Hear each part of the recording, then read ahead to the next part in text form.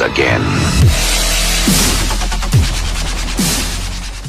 Assalamualaikum warahmatullahi wabarakatuh. Perkenalkan, kami dari kelompok 6 yang beranggotakan 1. Rika Aulia Putri NIM 046, 2. Alesia Nur Asita NIM 056, 3. Winisuda Jatun Kuncara NIM 065, dan 4. Reza Nabita Audina NIM 076. Dalam video ini kami akan menyelesaikan studi kasus bab 2 investasi pada instrumen ekuitas dari buku Dwi Martani halaman 58 nomor 2.1. Pada tanggal 1 Oktober 2015, PT Investor mengakuisisi 40% saham PT Investi senilai 250 juta rupiah. Pada awal tahun 2015, nilai ekuitas PT Investi adalah 500 juta rupiah. PT Investor memiliki pengaruh signifikan atas PT Investi. Pada saat akuisisi, tidak terdapat selisih antara nilai wajar dan nilai tercatat atas seluruh aset dan liabilitas PT Investi. PT Investi melaporkan laba bersih tahun 2015 sebesar 150 juta rupiah dan membayar dividen sebesar 80 juta rupiah pada tanggal 1 Mei 2015. Asumsikan bahwa laba bersih PT Investi terjadi merata sepanjang tahun. Pertanyaannya, nomor 1, hitunglah goodwill yang terjadi atas akuisisi. Nomor 2,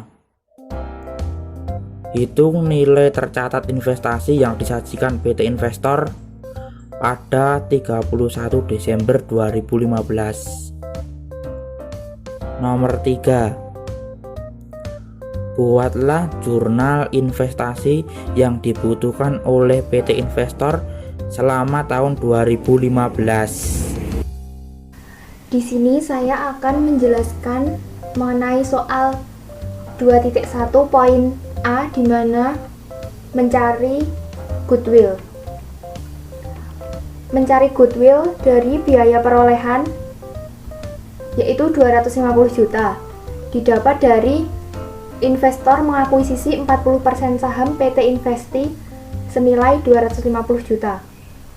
Kemudian dikurangi oleh persentase akuisisi, yaitu 40% dikali 500 juta, kemudian didapat 200 juta. 500 juta ini didapat dari nilai tercatat bersih ekuitas PT Investi. Kemudian biaya perolehan dikurangi persentase akuisisi 200 juta, kemudian didapat 50 juta. 50 juta inilah yang disebut goodwill. Terima kasih. Baiklah, yang kedua saya akan menjelaskan mengenai perhitungan nilai tercatat investasi yang disajikan oleh PT Investor pada tanggal 31 Desember 2015. Di sini sudah tercatat saldo awalnya sebesar 250 juta. Nah, dari 250 juta ini kita akan kurangkan dengan total dividen diterima sebesar 32 juta.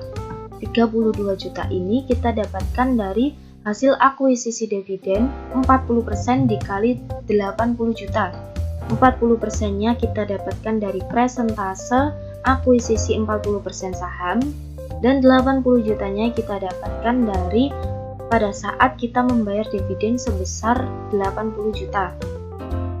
Kemudian kita akan menemukan hasil pengurangan antara saldo awal dengan dividen diterima sebesar 218 juta.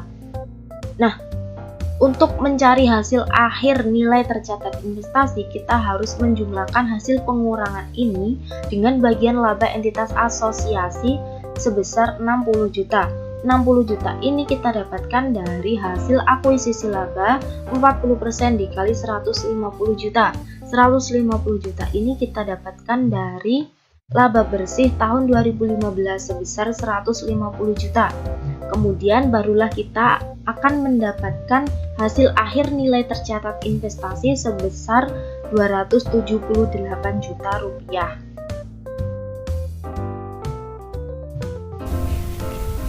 Baik, saya akan menjelaskan soal nomor 3, yaitu buatlah jurnal investasi yang dibutuhkan oleh PT Investor selama tahun 2015. Jurnal investasi yang dibutuhkan oleh PT Investor selama tahun 2015 yaitu yang pertama, pada tanggal 1 Oktober 2015 mencatat pengakuan perolehan awal investasi dalam investasi pada entitas asosiasi dengan nilai 250 juta rupiah. 250 juta ini dapatnya dari saham PT Investe. Selanjutnya, pada tanggal 1 Mei 2015 mencatat pengakuan piutang atas pembagian dividen di piutang dividen pada investasi pada entitas asosiasi dengan nilai 32 juta. 32 juta ini dapatnya dari mana? Dapatnya dari perhitungan persen, yaitu 40% dikali dengan membayar dividen sebesar 80 juta dan ketemu hasilnya 32 juta rupiah. Pada tanggal 1 Desember 2015 mencatat pengakuan bagian laba atas entitas asosiasi diinvestasi pada entitas asosiasi pada bagian laba entitas asosiasi dengan nilai 60 juta rupiah. 60 juta ini dapatnya dari 150 juta dari laba bersih dikalikan dengan 40% dan ketemu hasilnya yaitu 60 juta rupiah. Baik, itu tadi penjelasan dari kelompok kami. Semoga bermanfaat. Bila ada salah kata kami mohon maaf. Wassalamualaikum warahmatullahi wabarakatuh.